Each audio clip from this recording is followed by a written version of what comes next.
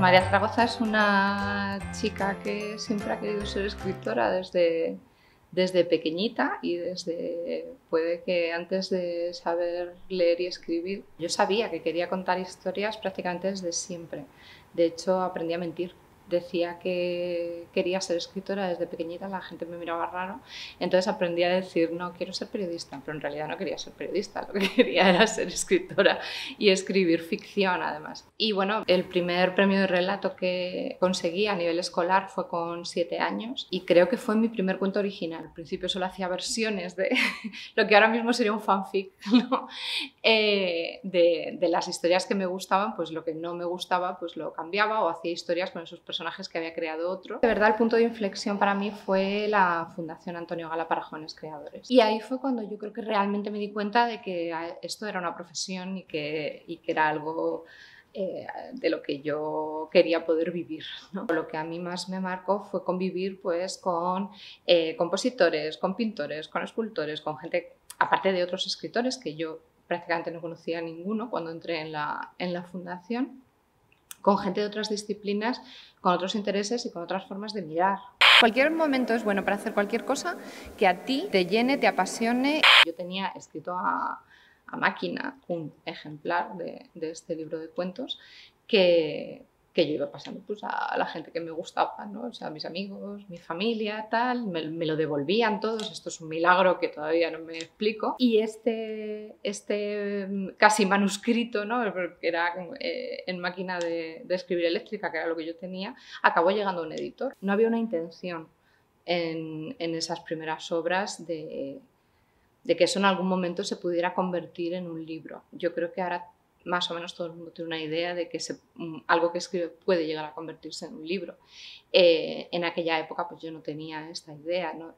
Para mí era un salto, no sé, rarísimo que lo que yo escribía en mi casa acabara en una librería, ¿no? Y luego después hice una especie de autoficción friki con asesinos de películas de slasher, que se llamó Amores que Matan, en el que aparecía yo, aparecía mi familia, aparecía un montón de gente, pero relacionándose pues, con Jason, con Freddy Krueger. Un poco esto, que era una cosa muy loca, que se llevó un premio, que además presentamos en la Feria del Libro de Madrid, en el pabellón Carmen Martín Gaite, que fue una cosa muy espectacular, pero sin más. Y el libro que escribí en la fundación, que eran un libro que tenía 3 relatos largos o novelas cortas, que se llama Realidades de Humo, no salió hasta 2017. Y luego después hice Tiempos Gemelos, que ya pues sí es mi primera novela, o lo que yo consideraría mi primera novela, que creo que peca un poco de todo lo que pecan muchas primeras novelas, que es querer meterlo todo, demostrar todo lo que sabes, como si no fueras a escribir nunca jamás otra novela. No, bueno, pues esto es lo que sucedió ahí. Y yo creo que mi primera novela de la que estoy orgullosa realmente es Dicen que estás muerta, que es la que se llevó el Ateneo Joven de Sevilla en 2010. La autora ganadora es María Zaragoza Hidalgo.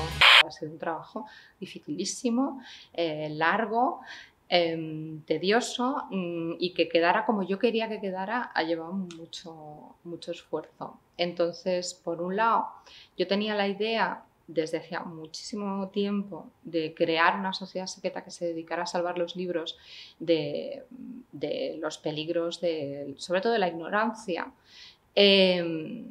Salvar los libros pues, de la censura o incluso de los actos, de los grandes actos megalomanos de destruir físicamente los libros con fuego o lo que fuera. A mí lo que me impactó en ese momento fue que estamos muy acostumbrados a ver la quema de la Plaza de la Ópera de Berlín por los nazis en el 1933, que además en la prensa internacional lo llamó Bibliocausto, mucho antes de que se decidiera llamar Holocausto a la Shoah, lo que da una dimensión muy terrible a aquello de allí donde se queman libros se acabarán quemando personas. Pero haberlo tenido aquí tan cerca y ser capaz de verlo y documentarlo, porque salió en los periódicos y hay fotos y todo, a mí me impactó muchísimo, ¿no? Y entonces decidí que tenía que ser en ese momento, que lo que querían salvar eran esos libros y a partir de ahí empecé a tirar. No se puede estar en contra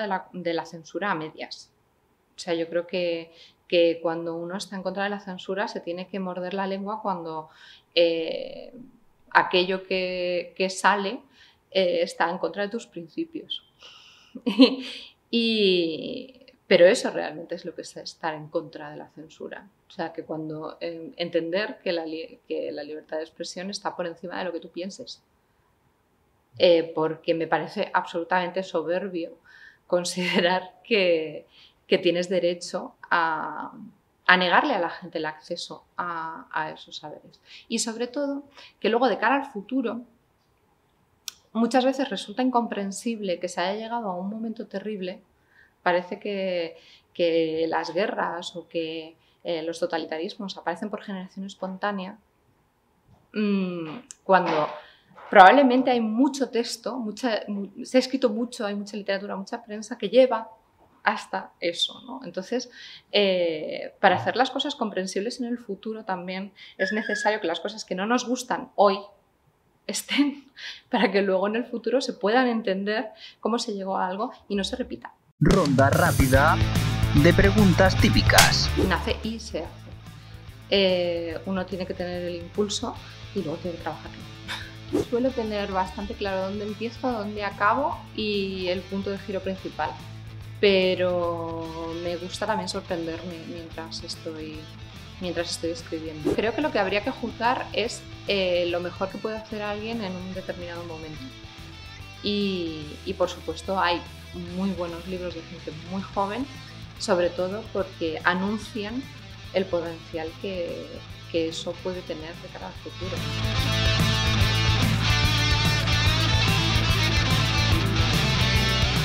Hombre, aquí juegan varias cosas juntas, ¿no? O sea, sobre todo cuando no conoces a nadie, no sabes cómo funcionan las editoriales, no sabes presentar un manuscrito, etcétera, etcétera, pues es muy útil porque lo lanzas con unas reglas que ya te dan. O sea, con cualquier concurso te dice cómo tienes que presentar las cosas.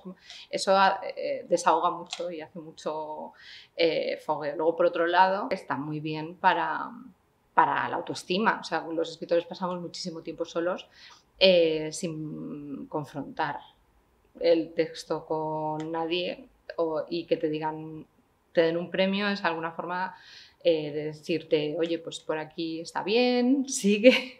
Y luego también tiene una proyección que a lo mejor sin ese premio no tendría.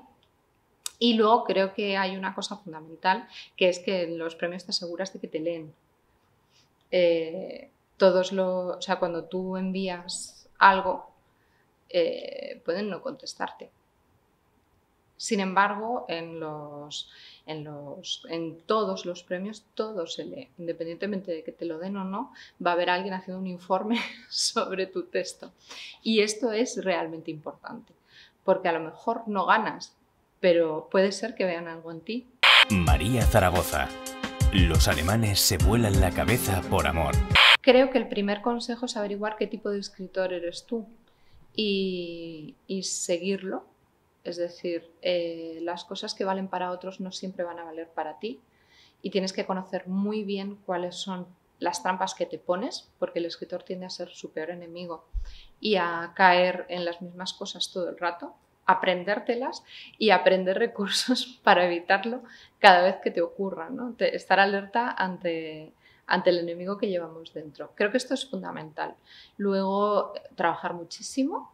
Y sobre todo no dejarlo. Lo más importante para vivir de la literatura no es tanto que ganes mucho dinero, o sea, si lo que quieres es ganar mucho dinero, dedícate a otra cosa, que escribe por hobby, pero sí es importante necesitar poco.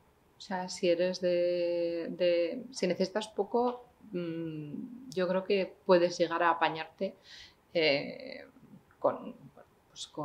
haciendo cosas, ¿no? Sino directamente con los libros, con cosas íntimamente relacionadas con el libro. Una de las cosas más importantes que yo he aprendido Y en su momento me dolió muchísimo. Fue el primer proyecto que yo acabé dentro de la Fundación Antonio Gala, se lo leyó Antonio Gala y cuando se lo leyó me dijo: muy bien, ya hemos aprendido cuando algo tiene que quedarse en un cajón y no volver a salir nunca. ¿Ahora qué vas a hacer? Y me sentó muy mal, pero según llegué al patio indignadísima, me di cuenta de que tenía toda la razón, que eso no era algo que estuviera para salir y que yo podía hacer algo mejor.